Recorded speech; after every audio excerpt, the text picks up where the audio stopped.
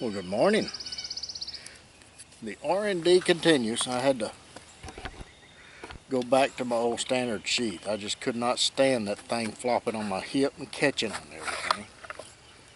So, anyway, I got a piece of flat that I used. I split off of that net needle,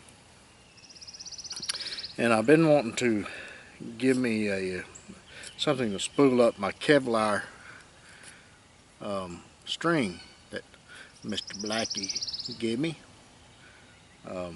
So anyway, this is some strong stuff. You can fish with this stuff. You can sew up stuff. I mean, this is great for a possibles kit.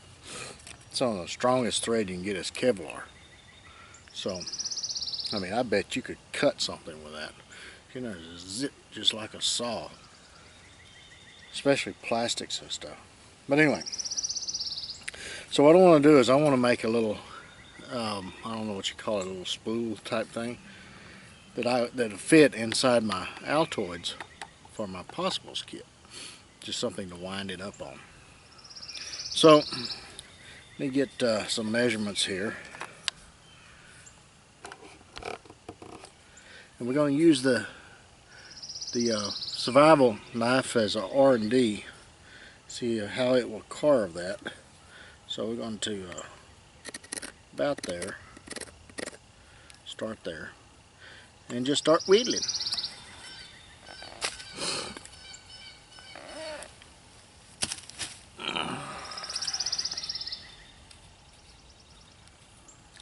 That straight part right there is good for this type of stuff right here.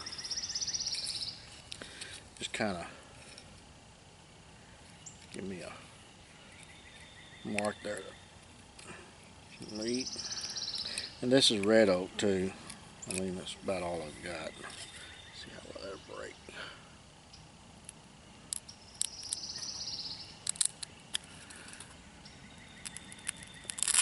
There we go. See, you don't always have to cut things into. Just score it a little bit.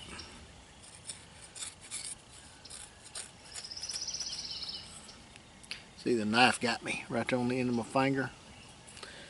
I was whittling on a stick when I was tired, and I had my finger in the wrong place. It happens to the best of us. Kind of smooth this out a little bit.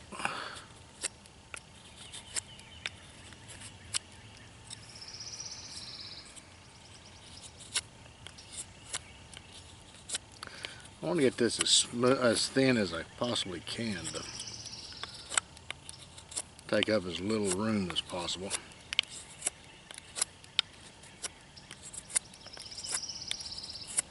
See, that thumb right there on that ramp is just a natural place to put it, and you have better leverage.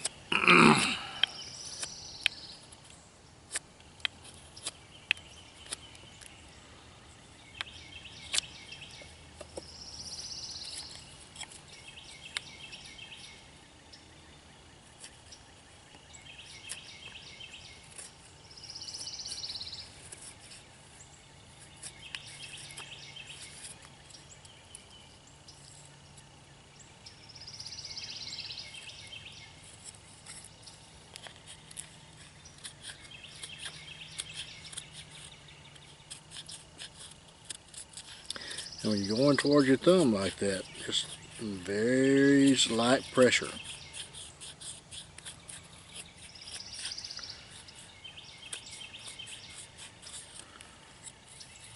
See how that's already pretty thin.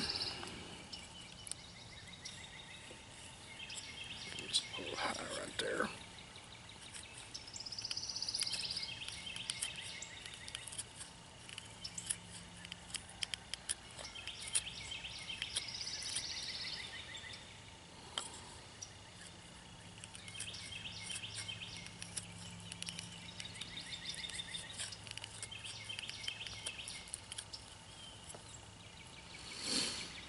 Thought maybe I'd spend the day relaxing and whittling on a stick and stuff.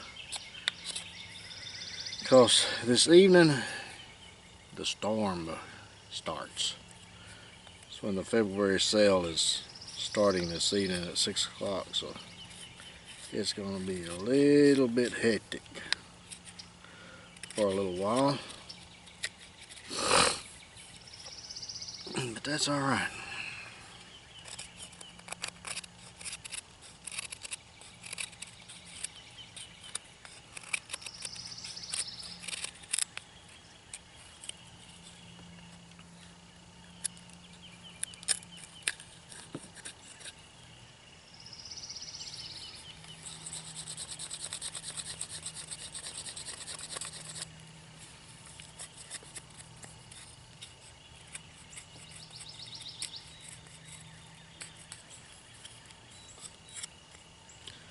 So I want to make sure that this is smooth so it doesn't catch all of our thread. Take that 90-degree spine and just kind of smooth it out a little bit.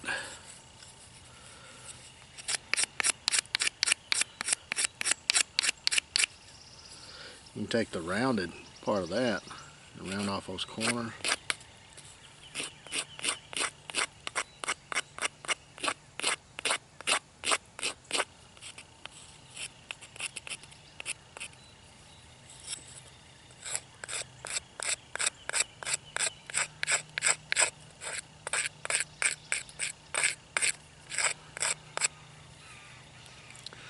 I'll tell you what, squirrels are out this morning.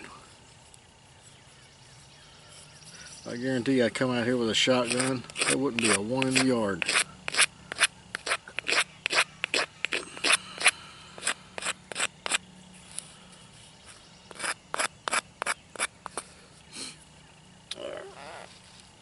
Let's see here. Pretty close.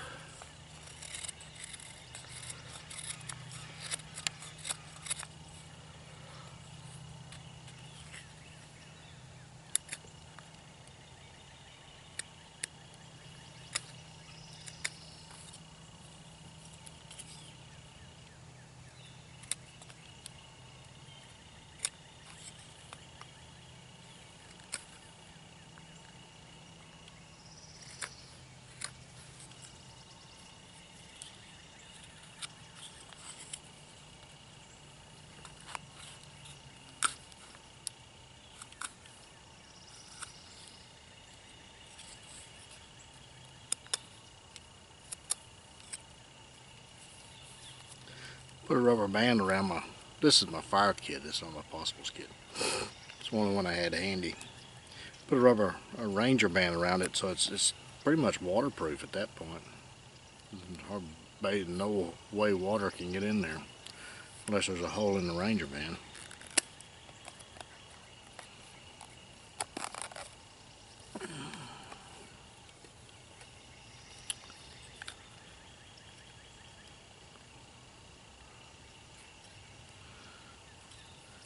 I think that's gonna work.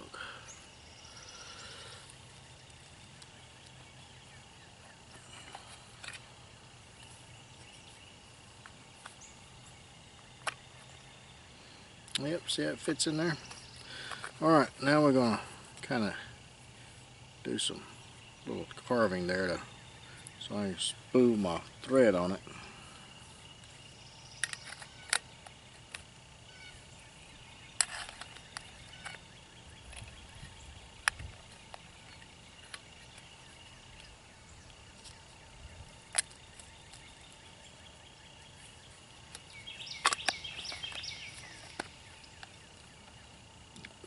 Right there, it's just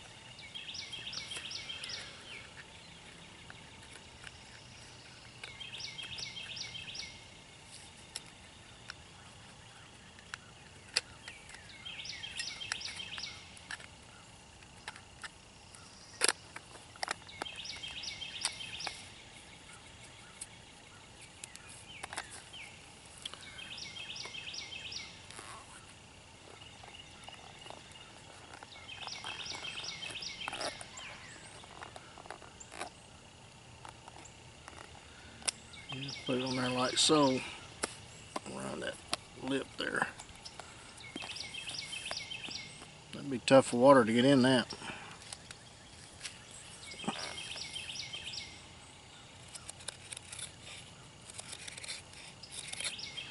That sweet spot right there. There on that edge.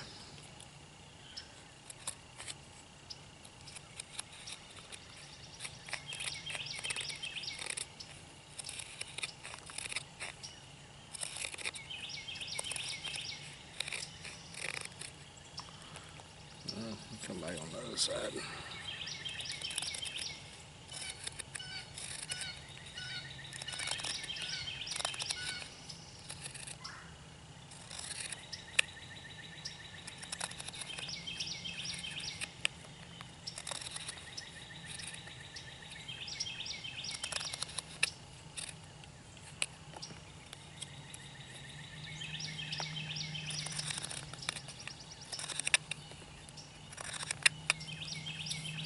Or you can use a tip.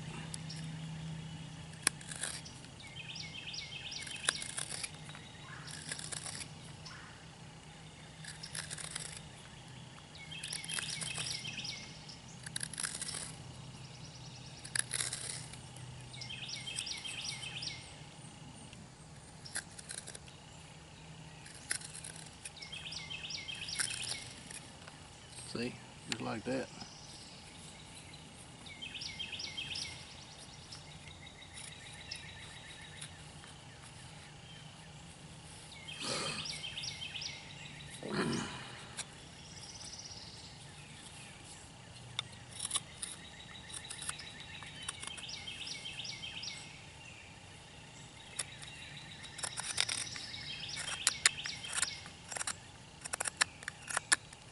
See that place right there, just perfect for your finger to just sit in. Actually brings your hand closer to where you're cutting instead of out here. See, if your finger was out here, it's just not as close, but if you put it right there, it's closer. The closer your hand is to where you're cutting, the more control you have.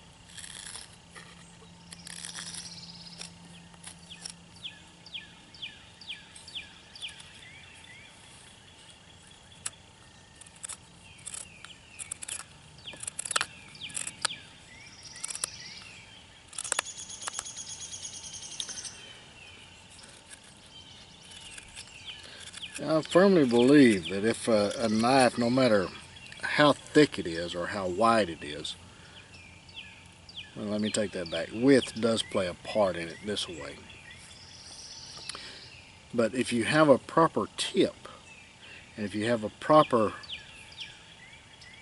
size, then a knife doesn't matter how thick it is, as long as the geometry of the edge is right and the tip is right, and the other portions of the width allows you to different areas to do different things or different tasks, then the width of the blade can be whatever it wants to be, and it's still going to perform or function the way you want it to function in all tasks.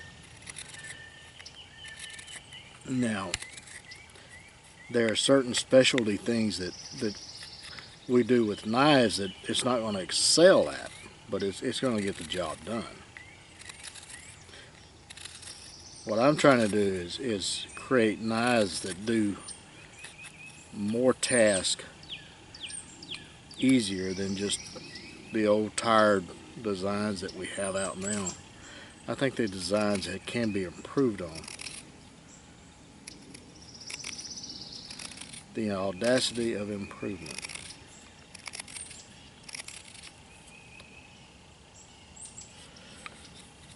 Imagine that, if we were to improve on something that Grandpa used.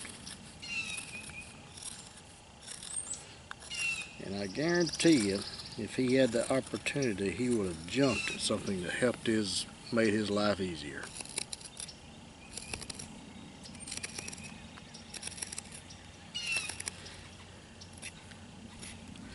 If they didn't, they would have stuck with a bow and arrow or the spear. No one would ever went with a bow and arrow. Would still be using rocks as cutting tools. But they always went with the best tools that they could get.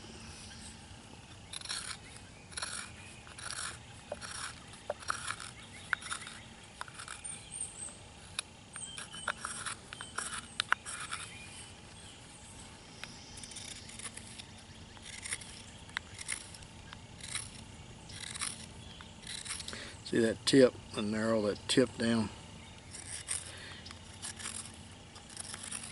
Makes a very fine carving tip at this, like this.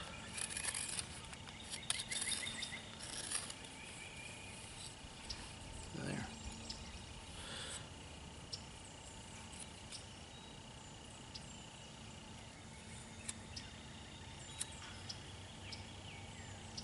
That was pretty good right there. Right, let's do the other side.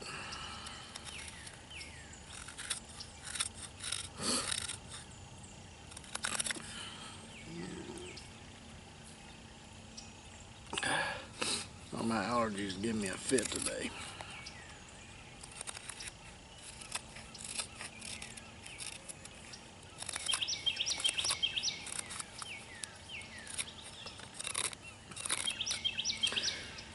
And that's the intended purpose of this knife, is to create a knife that is going to make other things that's easier for you on camp, make your other tools, your other needs as far as in a long-term survival situation, or even short-term for that matter.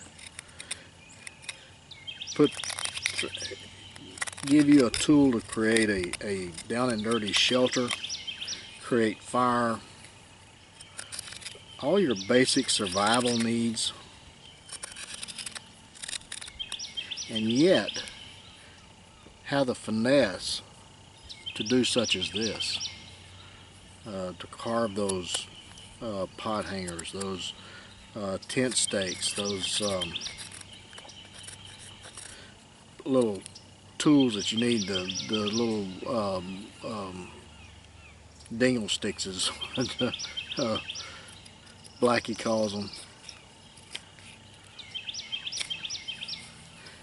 But that's the goal, and yet be strong enough to do the heavy task, like prying in those dead trees for fish bait.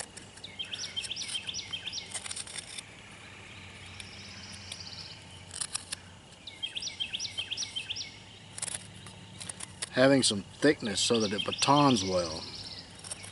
That's really the only thing a thickness does for you, is assist you in splitting apart things. I mean, with today's steel, you can pretty much, the steel strength can do all your batoning as long as you're reasonable with it, that you would need. But the thickness of the steel is what assists you in the splitting part, because well, it's thicker steel, so it splits apart the material a little bit faster, a bit easier.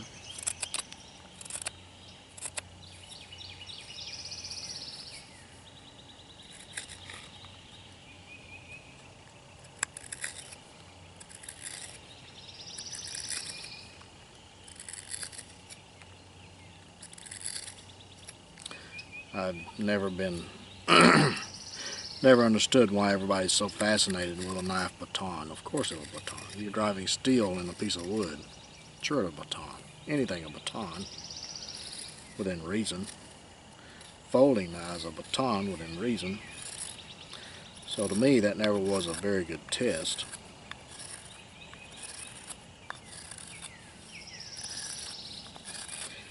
I want to know if a knife will carve. I don't want to know if a knife will cut. How well does it butcher game?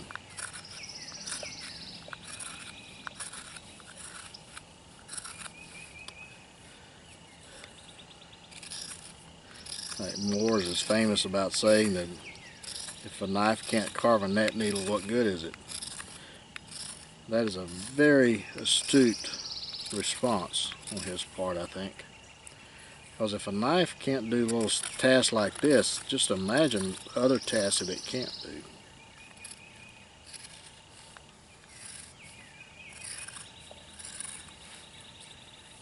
See?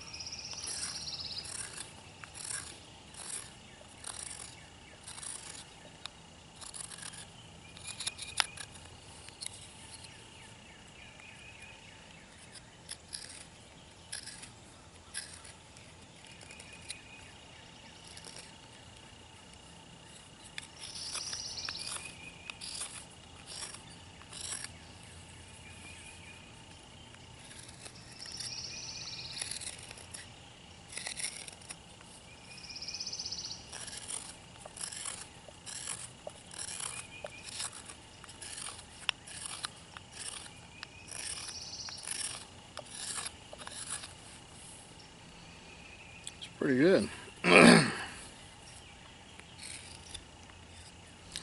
And the next thing, you know, is do you have arm fatigue after this? Do you have is the knife balanced well enough to do this without just completely tiring your arm out? And I can feel it because of the weight of the knife, but it's not as bad as if you was trying to carve this with a knife that didn't have the right balance.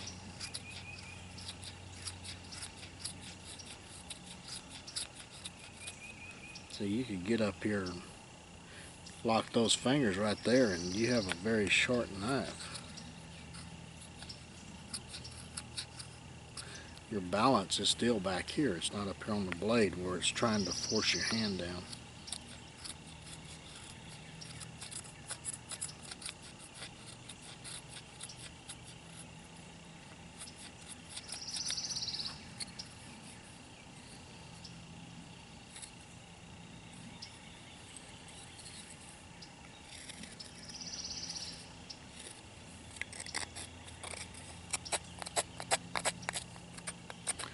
Around those corners off so don't cut my string, which the Kevlar is hard to cut.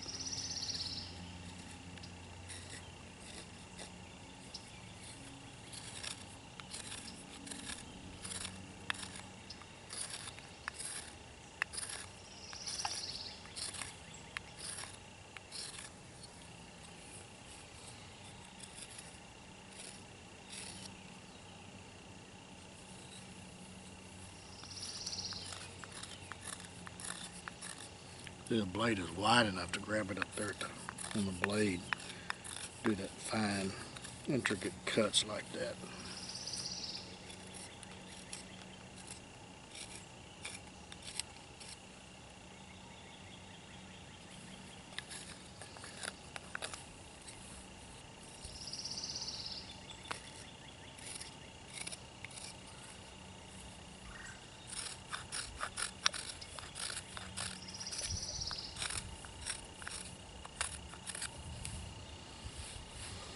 Yep.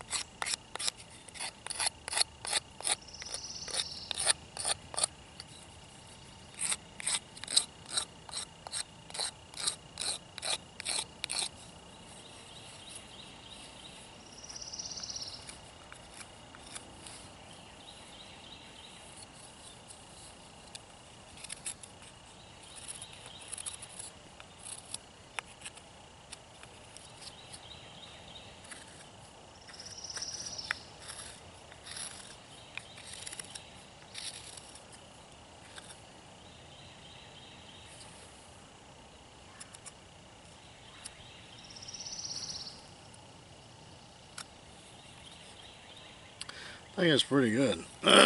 With red oak, I don't want to get too thin in there because I don't know how much strength it'll have. It may split on me.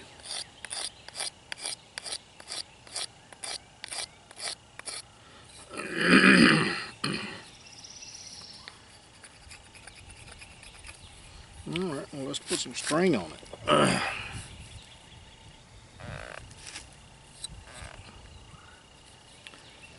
This is military. It says polyester. That was Kevlar. That is strong stuff. It's stronger than, I mean, you can't break it. Okay, well maybe it's not Kevlar. But anyway, it's stronger than regular thread.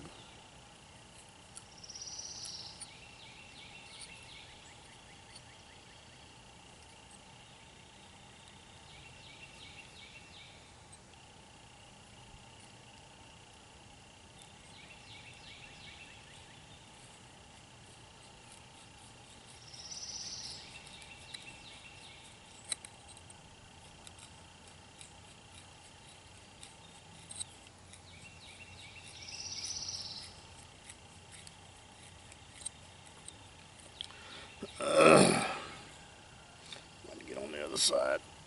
I'm doing this a little wrong again. Alright, I'm going to spool this straight up and get back. Alright. I got, I don't know, several yards of string on here. So, cut it off here.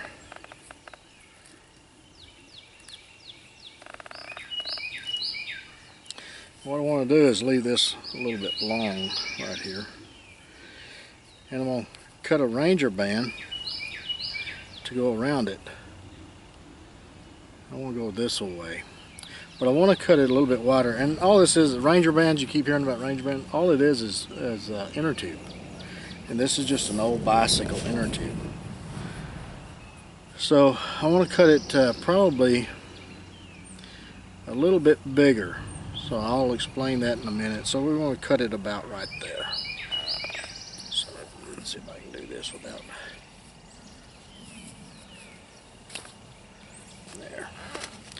Hey, it cuts rubber very well. Now I want to put this. I'll leave that tag out there. Let's see if I can stretch this over.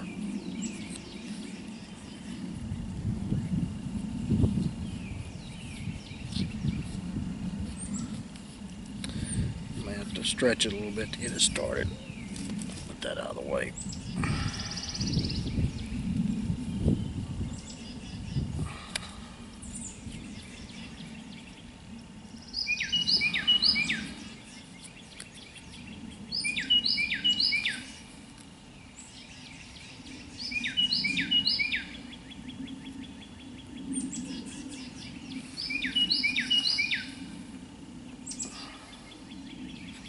It's going to be tight to get that over that. Ranger band may be too small. May have to just cut a little thin strip. Yeah.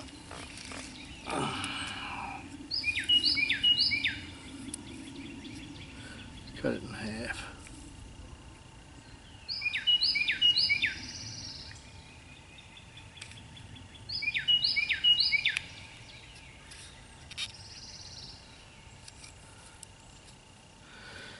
Best laid plans. Well, this might work though.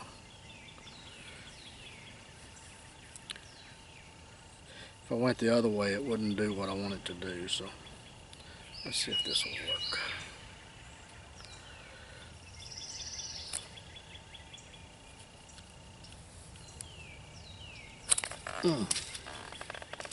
I can hold on to it.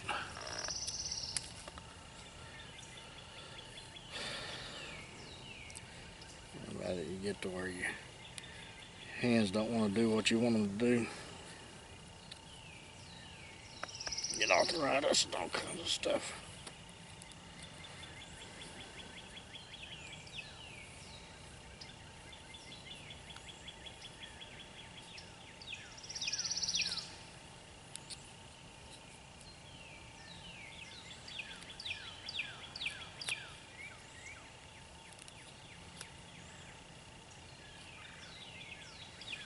See, that's the idea.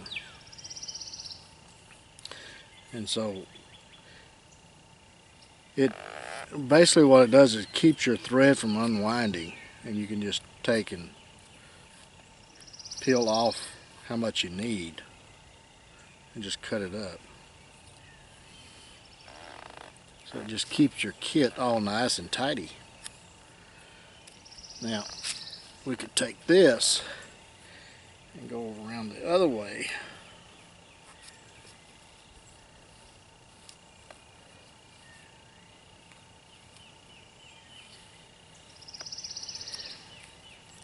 And we could have little hooks and sinkers and needles and everything stuck under there, and you have a complete kit right there that will fit in an Altoids tin. So, nice and tidy. And if you want to pull off some string, just take this outer band off and just take off what you need, and you don't have to worry about it unraveling in your kit. Whittled that pretty good.